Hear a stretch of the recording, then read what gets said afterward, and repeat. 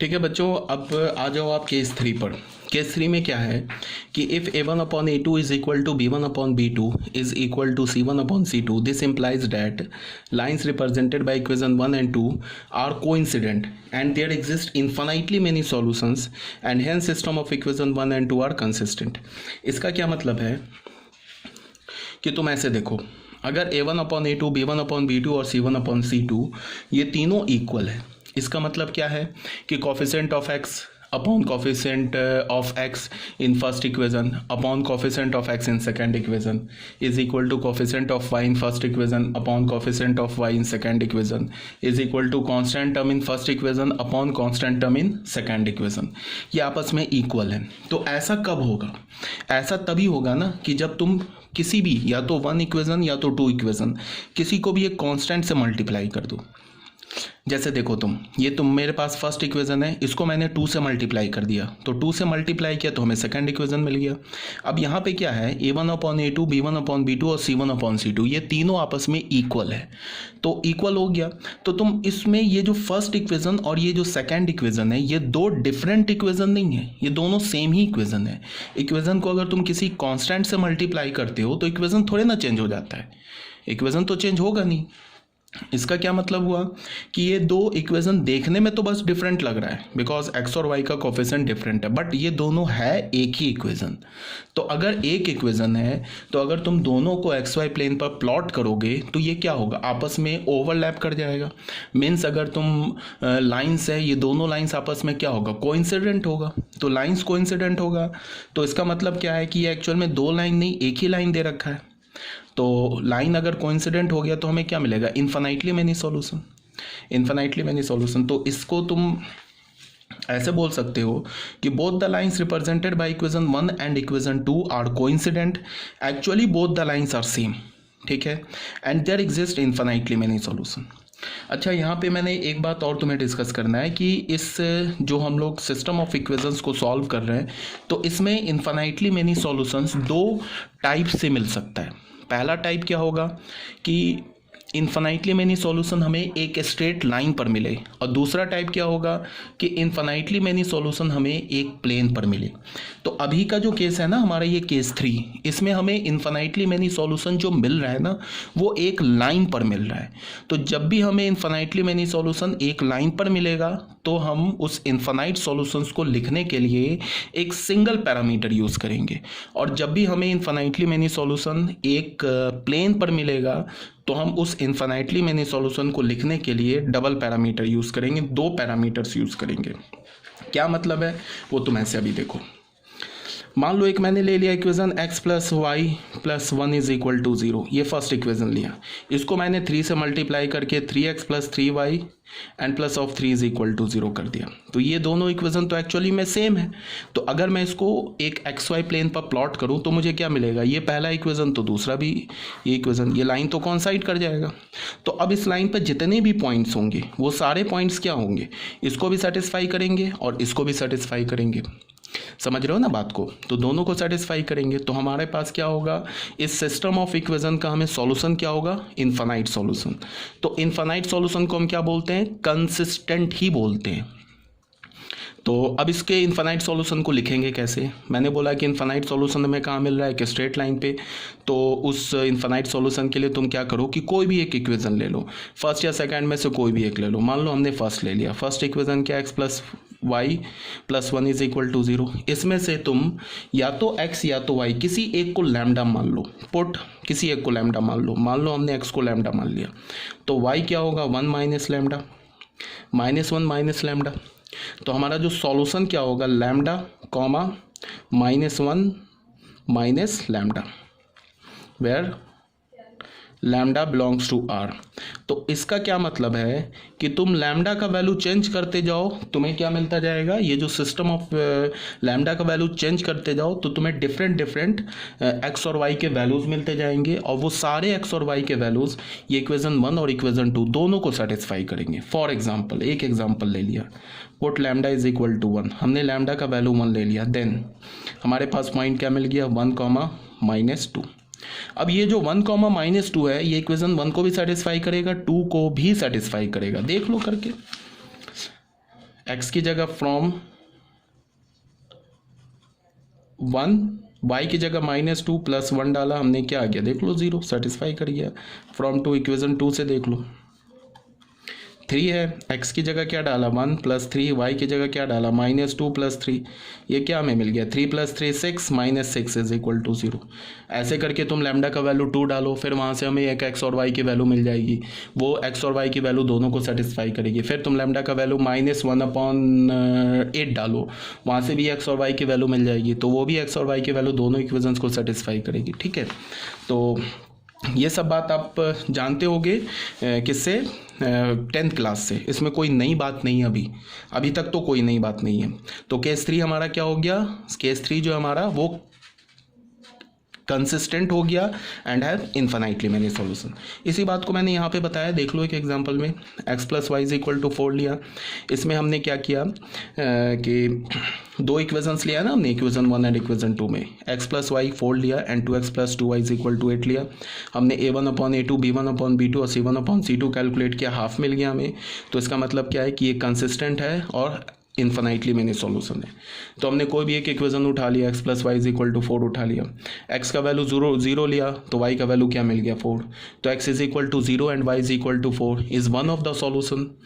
ये हमारा जो 0,4 हो गया, ये एक सॉल्यूशन मिल गया दोनों इक्वेशंस का। फिर x का वैल्यू 1 लिया, y का वैल्यू 3 मिल गया, तो 1,3 दूसरा सॉल्यूशन मिल गया। फिर इसी तरह से हम क्या कर सकते हैं, x का वैल्यू हमने अल्फा ले लिया तो y हमें क्या मिल गया 4 - अल्फा। तो हम इन्फिनाइटली मैनी सॉल्यूशन को कैसे लिखेंगे, alpha and y = 4 - alpha, where alpha belongs to r। यहाँ पे क्या है, ये जो लिखा हुआ है ना alpha, 4 - alpha, where alpha belongs to r, ये इन्फिनाइट सॉल्यूशंस को रिप्रेजेंट कर रहा है। क्या कर रहा है, ये इन्फिनाइट सॉल्यूशंस को रिप्रेजेंट कर रहा है। ठीक है, यहाँ पे अब एक नोट है, वो नोट देख लो क्या लिखा हुआ है। ये नोट ऑलरेडी आप जानते हो। कंसिस्टेंट का क्या मतलब होता है, या तो यूनिक सॉल्यूशन या तो इन्फिनाइटली मेनी सॉल्यूशन। इनकंसिस्टेंट का क्या मतलब होता है, नो सॉल्यूशन। ठीक है, तो जो हमारा फर्स्ट केस था a1/a2 is not equal to b1/b2, वो क्या था हमारा, कंसिस्टेंट था एंड हैव यूनिक सॉल्यूशन। उस केस में ज्योमेट्रिकली दोनों स्ट्रेट लाइंस आपस में इंटरसेक्ट कर रही थी। सेकेंड केस क्या था हमारा, a1/a2 is equal to b1/b2 but not equal to c1/c2। इस केस में इनकंसिस्टेंट था, लाइंस जो थी वो पैरेलल एंड डिस्टिंक्ट थी और नो सॉल्यूशन था और इनकंसिस्टेंट था। ठीक है, थर्ड केस हमारा क्या हो गया, a1/a2 is equal to b1/b2 is equal to c1/c2। इस केस में इन्फिनाइटली मैनी सॉल्यूशंस है, ज्योमेट्रिकली लाइंस जो है आपस में कोइंसाइड करेगी और ये कंसिस्टेंट हो जाएगा। ठीक है, तो ये भी हमारा क्लियर हो गया। अब आ जाओ बच्चों 2 वेरिएबल्स एंड 3 इक्वेशंस। तो 2 वेरिएबल्स एंड 3 इक्वेशंस, ये भी आप क्या करते हो, ये भी एक्चुअली तुम जानते हो। ठीक है, ये 11th क्लास में जो हमने स्ट्रेट लाइन पढ़ा था ना, उस स्ट्रेट लाइन में इस टॉपिक को हमने डिस्कस किया था। देखो 2 वेरिएबल्स है और 3 इक्वेशंस है। यहाँ पे हमारे पास जो सिस्टम ऑफ इक्वेशंस है ये 3 इक्वेशंस है। तो 3 इक्वेशंस है, 2 वेरिएबल में है और लीनियर है। इसका क्या मतलब है, ये तीनों एक स्ट्रेट लाइन को रिप्रेजेंट कर रहा है। ठीक है, तो ये कंसिस्टेंट कब होगा, ये तीनों इक्वेशन कंसिस्टेंट कब होगा, ये तीनों इक्वेशन कंसिस्टेंट तभी होगा जब कंसिस्टेंट होगा एंड यूनिक सॉल्यूशन कब होगा, जब तीनों लाइंस कंकरेंट हो जाए। कंकरेंट होने का क्या मतलब हुआ कि तीनों लाइंस एक ही पॉइंट से पास करें। अब तुम ऐसे देखो, चीज़ों को पहले समझने से पहले ऐसे देखो, 3 लाइन में क्या क्या पॉसिबिलिटीज़ हो सकती है। अगर मान लो कि तुम्हारे पास कोई भी रैंडम 3 लाइंस है, उसके अंदर क्या क्या पॉसिबिलिटी हो सकती है। या तो ऐसा हो जाए कि तीनों लाइंस आपस में एक पॉइंट पे से पास करें, ऐसा हो जाए। ठीक है, तो इस केस में क्या होगा, सिस्टम कंसिस्टेंट होगा एंड हैव यूनिक सॉल्यूशन होगा। या तो ऐसा हो जाए कि तीनों लाइंस आपस में पैरेलल हो जाए, तो इस केस में क्या होगा, सिस्टम इनकंसिस्टेंट होगा एंड हैव नो सॉल्यूशन होगा। या तो ऐसा हो जाए कि 2 लाइंस आपस में पैरेलल हो जाए और तीसरी लाइन, कोई भी 2 लाइन आपस में पैरेलल हो जाए और तीसरी लाइन ऐसे कट कर दे, तो इस केस में भी सिस्टम ऑफ इक्वेशन क्या होगा, इनकंसिस्टेंट होगा एंड हैव नो सॉल्यूशन। ठीक है, चौथा केस क्या होगा कि कोई भी 2 लाइंस कॉन्साइड कर जाए, एनी 2 ऑफ द 3 लाइंस कॉन्साइड, और तीसरा जो लाइन है वो इसके पैरेलल हो जाए। 2 लाइंस तो कॉन्साइड कर गई और तीसरी लाइन इसके पैरेलल हो गई, इस केस में भी इनकंसिस्टेंट होगा। पांचवा केस क्या हो सकता है कि तीनों लाइंस, दो लाइन, चलो पहले दो लाइंस कॉन्साइड कर जाए ऐसे करके और तीसरा लाइन कट कर दे, तो इस केस में क्या होगा, सिस्टम ऑफ इक्वेशन क्या होगा, कंसिस्टेंट होगा और यूनिक सॉल्यूशन होगा। छठा केस क्या हो सकता है कि तीनों लाइन कॉन्साइड कर जाए, तो तीनों लाइन कॉन्साइड हो जाएगा, तो इस केस में क्या होगा, सिस्टम ऑफ इक्वेशन कंसिस्टेंट होगा and have infinitely many solution. तो इन सब को हम पहचानेंगे कैसे, ये फर्स्ट केस हो गया हमारा, ये सेकेंड केस हो गया, ये थर्ड केस हो गया, ये फोर्थ केस हो गया, ये फिफ्थ केस हो गया, ये सिक्स्थ केस हो गया। ये पहचानेंगे कैसे, पहचानना बहुत आसान है। फर्स्ट केस में क्या बोला मैंने कि तीनों जो लाइंस है ना वो आपस में एक पॉइंट से पास करे, तो सिस्टम ऑफ इक्वेशन कंसिस्टेंट होगा and have unique solution. Second case क्या होगा, three lines are parallel and distinct, तो system again inconsistent and have no solution. Third case में क्या बोला कि एनी टू लाइंस पैरेलल हो जाए, तीसरा लाइन कट कर दे, तो कट कर दे तो हमें कोई भी एक पॉइंट नहीं है जो तीनों को सेटिस्फाई कर रहा है, तो again system of equation is inconsistent. ठीक है। फोर्थ केस में क्या हो गया कि कोई भी दो लाइंस है ना आपस में कॉन्साइड कर जाए और थर्ड लाइन उन दोनों लाइंस के पैरेलल हो जाए, again system of equation is inconsistent. पांचवा केस क्या होगा कि दो लाइंस आपस में कॉन्साइड कर जाए और एक थर्ड लाइन उसको कट कर दे, तो फिर क्या होगा, system of equation is consistent and have unique solution. ये जो पॉइंट होगा ना, ये पॉइंट का जो एक्स वाई कोऑर्डिनेट होगा वो तीनों इक्वेशंस को सेटिस्फाई कर जाएगा। सिक्स्थ इक्वेशन में क्या होगा कि तीनों लाइंस आपस में कॉन्साइड कर जाए, तो तीनों लाइंस अगर कॉन्साइड कर गया इसका क्या मतलब है कि वो तीन लाइंस नहीं गिवन है, वो एक ही लाइन गिवन है, तो इस केस में क्या होगा, system of equation is consistent and have infinitely many solution.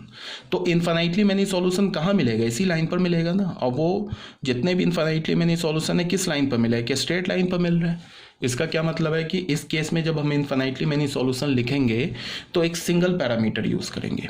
ठीक है। तो अब ये सब जो केसेस है ना इसको हम कैसे पहचानेंगे, बहुत आसान है, सिंपल सी बात है। इसके लिए तो कंडीशन ही गिवन है, इसके लिए तो कंडीशन है कि जो डिटर्मिनेंट होता है एक्स वाई और कांस्टेंट से बनने वाला डिटर्मिनेंट उसका वैल्यू 0 होता है, ये 11th क्लास में बताया गया है, तो इसको पहचानने का तो कोई प्रॉब्लम ही नहीं है। ठीक है। अच्छा, और भी ऐसा भी हो सकता है, सिक्स केस ऐसा भी हो सकता है कि ऐसे करके दो लाइन आपस में ऐसे हो जाए, ये भी हो सकता है, तो इस केस में भी नो सॉल्यूशन होगा। सेवंथ केस ले लिया हमने, इस केस में भी नो सॉल्यूशन होगा and system of equation is inconsistent. ऐसे करके तीनों नॉन पैरेलल हो बट ये आपस में किसी एक पॉइंट से इंटरसेक्ट ना करे, ये पास ना करे, तो इसको हम क्या बोलेंगे, नॉन कंकरेंट लाइंस। इस केस में भी सिस्टम ऑफ इक्वेशन क्या होगा, इनकंसिस्टेंट होगा एंड हैव नो सॉल्यूशन। इन सब केसेस को पहचानने का तरीका बहुत ही आसान है, बिल्कुल ईजी है, ये तो हमारा स्टैंडर्ड है। फर्स्ट केस जो है, फर्स्ट केस में हमने क्या बोला कि जो एक्स वाई और कांस्टेंट टर्म से बनने वाला जो डिटर्मिनेंट होगा ना उसका वैल्यू 0 हो जाएगा, अगर हमारा केस नंबर 1 है तो। और अगर केस नंबर 2 है तो ये सबको पहचानने के लिए तुम्हें कोई अलग से दिमाग लगाने की जरूरत ही नहीं है। अगर तुम्हारे पास 3 लाइंस दे रखा है और तीनों लाइंस में तुमको दिख गया कि पहले 2 लाइन को तुमने चेक किया और देखा में a1/a2 is not equal to b1/b2, तो जैसे ही तुमको दिख गया ना पहला 2 लाइन पैरेलल है तो वहीं पे तुमने लिख दिया कि no solution and system is inconsistent. Because अगर फर्स्ट 2 लाइंस है ना आपस में पैरेलल हो गया तो तीसरा लाइन चाहे कैसे भी होता रहे, सिस्टम ऑफ इक्वेशन तो हमेशा इनकंसिस्टेंट ही होगा। मान लो पहला 2 लाइन पैरेलल हो गया, ठीक है, तो तीसरा इसके नॉन पैरेलल भी हो जाए तो भी कंसिस्टेंट होगा, और तीसरा अगर लाइन इसके पैरेलल हो जाए तो भी कंसिस्टेंट होगा। तो अगर तुम्हें मान लो कि ऐसे दिख गया कि पहले 2 लाइंस तुम्हें पैरेलल दिख गए, पैरेलल कैसे पता चलेगा, a1/a2 is not equal to b1/b2, is equal to b1/b2 but not equal to c1/c2। अगर तुम्हें ये केस दिख गया तो इसका क्या मतलब होगा कि 2 लाइंस पैरेलल हो गए, तो जैसे ही 2 लाइन पैरेलल दिखे ना तुमको, तुरंत तुम लिख दो system of equation is inconsistent and have no solution.